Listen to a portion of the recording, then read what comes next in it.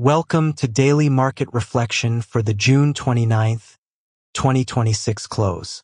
The central tension is that the growth and AI tape feels heavy, while the wider risk dashboard has not confirmed a systemic break. QQQ is down over 5 sessions and several semiconductor-linked names are pausing, but VIX is near 20 rather than panic. Put-call data does not show a hedge stampede, and IWM is holding up better. That keeps the base case in digestion and rotation, not crash.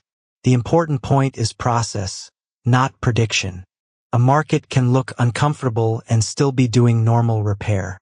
Today the evidence says to respect the pullback, but also to avoid turning one-week tape into a complete macro story without confirmation. Before any ticker discussion, the market regime comes first. Today, the better label is choppy upward trend with short-term digestion. Momentum has cooled and leadership needs repair, but the evidence is not broad enough to call a crash risk regime. The practical response is not all in or all out. It is to separate core exposure from swing risk and wait for confirmation before adding aggressively. A digestion regime usually produces frustrating two-way action. Strong opens can fade, weak opens can reverse, and sector leadership can change quickly. That is why the plan should define both the upside and downside response before the next session begins. The macro backdrop has one obvious pressure point: the dollar. The dashboard flags a sharp dollar rise, while the 10-year yield is not the main source of pressure today. Retail sentiment is slightly cautious based on the AAII bull-bear spread, and the next listed macro checkpoint is the July CPI release. In this setup, macro is a headwind to monitor, not yet a complete thesis break. If the dollar keeps rising, it can pressure global liquidity and valuation multiples, especially in longer duration growth. If it stalls, part of today's stress can fade quickly. That makes the dollar a confirmation variable rather than a headline to trade mechanically. Index structure is mixed. SPY and QQQ are negative over 5 days, while IWM is positive. That means the headline index pressure is real, but it is not synchronized selling across every equity pocket.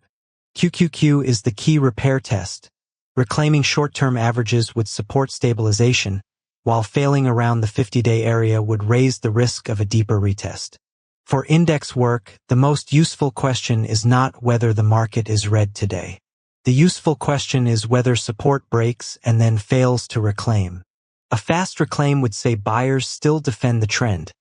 A failed reclaim would say the market needs more time. The rotation snapshot is why crash language remains premature. Money does not simply disappear. It often changes location. The tape shows pressure in high-duration growth and technology, but small caps and some defensive or cyclical areas are not breaking in the same way. That is healthier than a synchronized liquidation, although it still argues for patience in crowded AI leadership. Rotation is the market's pressure valve. When leadership rests but other groups absorb capital, the bull trend can digest without collapsing. When every group falls together, the message changes. Today, the data still looks closer to rotation than synchronized liquidation. The dashboard says mild stress and monitor confirmation. VIX is near the 20 threshold, total put call is not panic, and the credit proxy is softer but not broken. The dollar is the clearest stress flag. A crash risk call would require several of these indicators to deteriorate together, especially credit, volatility, breadth, and support structure. The dashboard also helps control emotion. VIX near 20 deserves attention, but panic usually needs a cluster. Volatility, credit, dollar, breadth, and price structure all breaking together. We do not have that full cluster in the available same-day data. AI and semiconductor leadership is where the short-term pressure is concentrated. Trend pauses in MRVL, MU, SOXX, and the leverage-sensitive SOXL show that the group needs repair. This does not automatically end the AI theme, but it does change execution.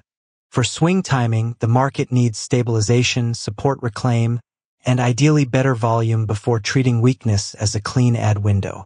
For AI hardware, The next few sessions matter because high beta groups often overshoot in both directions. A lower volume pullback into support can be constructive.